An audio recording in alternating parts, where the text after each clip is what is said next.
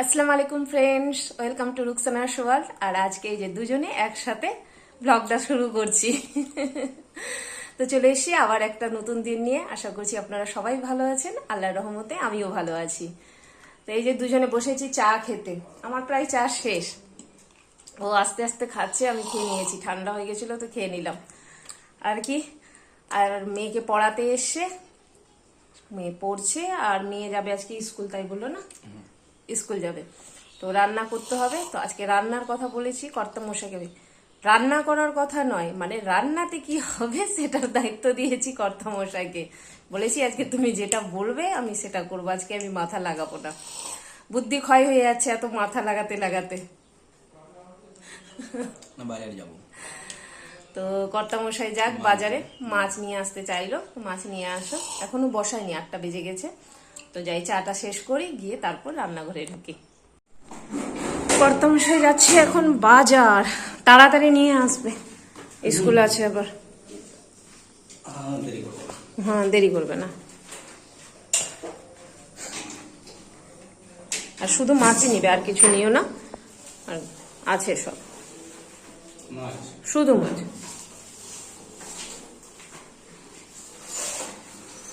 তুমি যাও বাজার, আমি এদিকে ভাতটা বসাই। ঠিক আছে। মাছ নিয়ে চলে এসছে, কাতলা মাছ। আমরা বেশি তো দেখছেনি বন্ধুরা, কাতলা মাছটাই খাই। তো এই কাতলা মাছ নিয়ে আসলো, আর আজকে শুধু এই মাছের ঝোলি মানে তরকারি হবে, আর কিছু না, এতে কোনো কিছু সবজিপাতি দেব না। আর এটার জন্য মশলা করেছি আমি এতে রয়েছে পেঁয়াজ, রসুন, আদা, টমেটো, কাঁচা লঙ্কা। এটা তো সবাই দেয়, খাস কি হলো, খাস এটা সেদ্ধ করে নিয়েছি আগে, জলে ফুটিয়ে সেদ্ধ করে নিয়ে এটা পেস্ট করেছি। এইভাবে আজকে তরকারিটা করব। এই মশলাটা কষাবো, কষিয়ে যা যা লাগে লবণ, হলুদ, জিরে, ধনে যা লাগে সব দিয়ে এই মশলাটা করবো। আর শেষে একটু ভাজা মশলা ছড়াবো, বাস, তাহলে এই মাছের তরকারি হয়ে যাবে। কারণ রাত্রেবেলা ভাবছি আজকে রুটি বানাবো, তো তার জন্য মাছের তরকারি দিয়ে রুটি খেতে ভালো লাগে না, তাই রুটি দিয়ে আলাদা একটা কিছু করতে হবে, তার জন্যই শুধু এরকমই করলাম। তো তাড়াতাড়ি করে নিয়ে, দেখে 9টা 10 বেজে গেল, নিয়ে গেছে ফ্রেশ হতে, এসে নিয়ে ভাত খাবে। মাসি গেল কাজ করে, এই যে বাসনপত্র মেজে রেখে গেছে, এগুলো গুটাবো এখন। মেয়ে গেল স্কুল। আর ছোট ঘরে আজকে ঝাড় দিয়েছিলাম, মুছতে দিইনি, কারণ আমাকে নিজেই মুছতে হবে। এখানে এই যে ঠিক এইরকম আছে ঘরদোর, এই যে নিচে কাপড় সব পড়ে আছে, এগুলো ধুবো, বেডশিটটা চেঞ্জ করব। আর কর্তামশাই যাবে এখন কাজে, বের হয়নি ও কাজে, ও বের হলে তারপর আমি এই কাজগুলো করবো। আর এই যে এক ঝুড়ি কাপড় রয়েছে, সব এগুলো আয়রন করতে হবে। তো দেখি কখন বসি, আমি আবার একাই করি না আয়রন করতে, মানে বসি না, যখন বাড়িতে কেউ থাকে তখন বসি, একটু বোরিং লাগে একাই করতে করতে। তার জন্য বলি কেউ থাকলে গল্প করছি হচ্ছে এইরকম। ওরা যায়নি কাজে, এখন যাবে। সব কাজকর্ম সেরে একটু বসেছিলাম, তারপর দেখছি কর্তামশাই আসলো, কর্তামশাই ফ্রেশ হলো, আমিও হলাম, দিয়ে দুজনে খেলাম। খেয়ে একটা বড় কাজ কমপ্লিট করলাম আজকে। প্রতিদিনই আমি প্রায় ফ্রেশ হওয়ার আগেই করি এই কাজটা, কিন্তু আজকে হয়নি। আজকে যেহেতু অনেক কাজ ছিল তার জন্য তখন করিনি, এখন করলাম। এই যে এই কাপড়গুলো সব আয়রন করা হলো, সবারই রয়েছে, মেয়ের রয়েছে, আমার রয়েছে, মেয়ের আব্বুর রয়েছে। তো এই কাজটা হচ্ছে আমার কাছে সবচেয়ে বড় কাজ। যখনই এই ঝুড়িটা ভরে যায় কাপড়ে, এই যেটা কাঁচা কাপড় আমি এই ঝুড়িতে রেখে দিই, যে মানে যেগুলো আয়রন করতে হবে, তখনই আমার ভিতর দুকদুক দুকদুক করতে লাগে যে আমাকে বসতে হবে করতে। তবে আজকে বলছিল কর্তামশাই যে দাও আমি দিয়ে দিচ্ছি, না হলে আমার ভাল লাগে না দোকানে কাপড় দিতে, কি জানি মনে হয় কোথায় রাখছে কোথায় না একটু।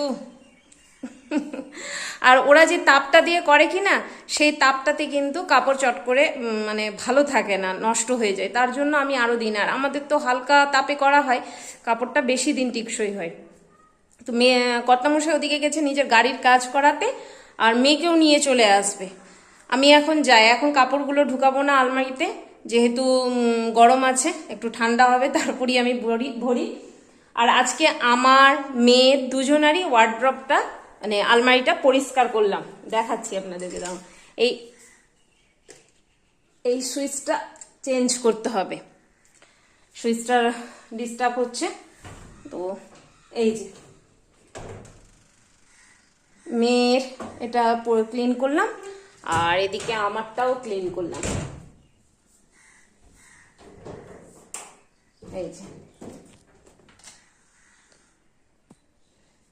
সব ক্লিন করলাম আজকে। একটু স্পেস কমে গেছিল, তো ভাবলাম যে না, স্পেসটা কমালে হবে না, স্পেসটাকে বাড়াতে হবে। তার জন্য গুটালাম ঠিক মতো, স্পেসটা হবে। তো এগুলো ঢুকাবো। তো ভাবছি আগে নামাজ পড়ে নি, তারপর কাপড়গুলোকে আলমারিতে ভরে উপরে যাব কাপড় দিতে। কাপড় যে কাচলাম, এই যে 1 বালতি কাপড় রয়েছে, এগুলো এখন দিতে যাব। হাতেই কেচেছি, এই যে হাতেই কেচেছি, কিন্তু শুকিয়েছি এতে ওয়াশিং মেশিনে। তাহলে ওই যে আমি যেহেতু একদম রৌদ্রে দিই না, খুব কম দিই কাপড়, তো তার জন্য। আর কটা বাজলো? 2:30টা বেজে গেল। যাই আমি নামাজটা পড়ে নিই, ভাত খেয়ে নিই, যেহেতু কাজে লেগে গেছিলাম তো পড়া হয়নি। নামাজটা পড়ে নিই আগে।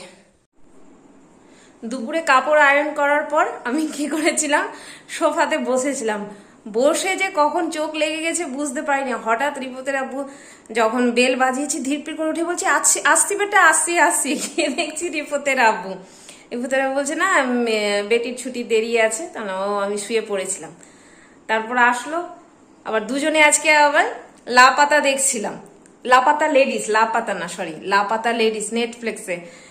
তারপর মেয়ে যখন আসলো, মেয়ে আসার পর মেয়েও একটু দেখলো, তো ওকে অত ভালো লাগছিল না। আসলে নায়ক নায়িকা সেরকম কেউ নেই তো, চেনা পরিচিতি, তো নিজের কোন কি ড্রামা দেখলো না কি দেখলো একটু।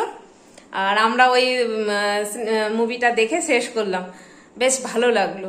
সত্যি মেয়েদেরকে নিজের উপর ভরসা রাখতে হয়, আর নিজেকে প্রতিষ্ঠিত করতে হয়। নিজে শুধু গেও হয়ে থেকে গেলেই হবে না, মানে ওই রান্নার কাজে নিজেকে শুধু নিযুক্ত করলে হবে না, রান্নার কাজটাকেও করলে নিজেকে সেটা আর্ট হিসাবে, ফ্যাশন না, তাই না, প্যাশন হিসাবে নিতে হবে। যেন মানে আমার কাছে কথা হচ্ছে যে প্রতিটা মানুষের মধ্যে কিছু গুণ আছে। কেউ পড়াশোনায় ভালো, তো কেউ আর্টে ভালো, কেউ গানে ভালো, তো কেউ নাচে ভালো, কেউ রান্নাতেও ভালো। তাহলে নিজের গুণটাকে কাজে লাগাতে হবে। নিজের গুণটাকে শুধু সংসারের মধ্যে সীমাবদ্ধ করে রাখাটা ঠিক নয় আমার মনে হয়। প্রতিটা মেয়ে যদি নিজের পায়ে দাঁড়াতে পারে বা নিজের পেহচান নিজে তৈরি করতে পারে, খুব ভালো। নাহলে যদি একদম বাড়ির ভিতর ঢুকে শুধু থেকে যায়, কি না, হবে না। আর নিজের পেহচান নিজে তৈরি করতে গেলেও লড়াই করতে হয়। যাকে অনেক কথা বলে দিলাম। আর এই যে এদিকে মেয়ে বসেছে টিউশনের হোমওয়ার্ক করতে, ও করে নাও বেটা, আমি একটু উপরে যাচ্ছি কাপড় দিতে। হ্যাঁ, বালতি তুলে নিলে? বালতি না, বালতি তুলে নি, বালতি আছে রাখা। চলো কি তুলে দিচ্ছি, চলো। ও বাবা, বালতি তুলতে দেয় না আমাকে কেউ, মেয়েও দেয় না, মেয়ের আব্বুও দেয় না। আমার আসলে অসুবিধা লাগে তো একটু, তার জন্য, আর কিছু না। তো ওরাই তুলে দেয়। এই যে আজ একটাও কাপড় দিইনি, দেখেন একদম পুরো ভরে বালতি আছে। তো আমি একটু চেপে দিই, তাহলে সুবিধা হবে ওর। তুমি চলো, আমি উপরের একদম লাইটটা দিয়ে দিই। কে লো দেখছো, দেখে উঠলে?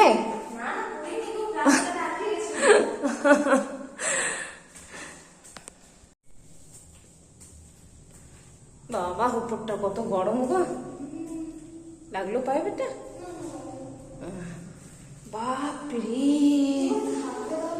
উফ, আসলে জানলাগুলো লাগা আছে না, নিচ অনেক ভালো আছে। হ্যাঁ হ্যাঁ, খুলে দাও, একটু খুলে দাও, দিয়ে তারপর যাবো, এই লাগিয়ে যাবো, কাপড় দিয়ে লাগিয়ে তারপর যাবো। না, তুমি জানলা খোলা থাকলে, একটু বাতাস থাকলে খারাপ লাগবে না খুব একটা। আমি দিয়ে যাচ্ছি, তুমি যাও, দিয়ে যাচ্ছি। তো যাই বন্ধুরা, কাপড়গুলো দিয়ে দিই। এখন বাজে কটা? 9:30। বাবা, মা, মেঘ ডাকছে, কর্তামশাই ফেসে গেছে আজকে। বাইরে গিয়ে এখনো আসেনি বাড়িতে, ফোন করলাম তো বলছে বৃষ্টি হচ্ছে, বৃষ্টি থামলে তারপর যাব। কাজে গেছিল একটু, কিন্তু কাজও হলো না, আর বাইরেও আটকে পড়েছে। এখন যতক্ষণ না আসে ততক্ষণ আমার শান্তি হবে না। আর আমার মেঘের গর্জন শুনে আমার খুবই ভয় লাগে, খুবই, শুধু না, মানে আমি চমকে উঠি। ওই যে মেয়ে আছে, মেয়েও বলে যে মা তুমি খুব চমকে ওঠো। আমি তো রাত্রেবেলা ঘুমিয়ে থাকলে উঠে বসে যাই মেঘ যদি ডাকে। যাই দেখি কখন ঢুকছে, ফোন করি, আবার ফোন করি, যেন মেয়ে বৃষ্টিটা থামলেই চলে আসে, ফোন করে নিই। কর্তামশাই জাস্ট এখনই ঢুকলো, এই যে 9:45 বাজে, এখনই ঢুকলাম। এই যে বাথরুম গেছে, ভিজে গেছিল, সব কাপড় চোপড় চেঞ্জ করলো। আমি তো একটু টেনশনেই পড়ে গেছিলাম যে কই আসছে, আর ওও চিন্তা করছে যে আমরা বাড়িতে একাই আছি। ওরই চিন্তা, আমরা বাড়িতে আছি, আমাদের কোনোই নাই, ওরই চিন্তা হচ্ছে। তো যাকে চলে এসছে, নামাজ পড়বে, নামাজ পড়লো, তারপর আমি আরো খাওয়া দাওয়া করবো, মেয়ে খেয়ে নিয়েছে। তো চলুন বন্ধুরা, আজকের ভিডিওটা আমি এখানেই শেষ করছি। আল্লাহ সবাইকে ভালো রাখুক, সবার ভালো করুক। আসসালামু আলাইকুম, খোদা হাফিজ, টাটা।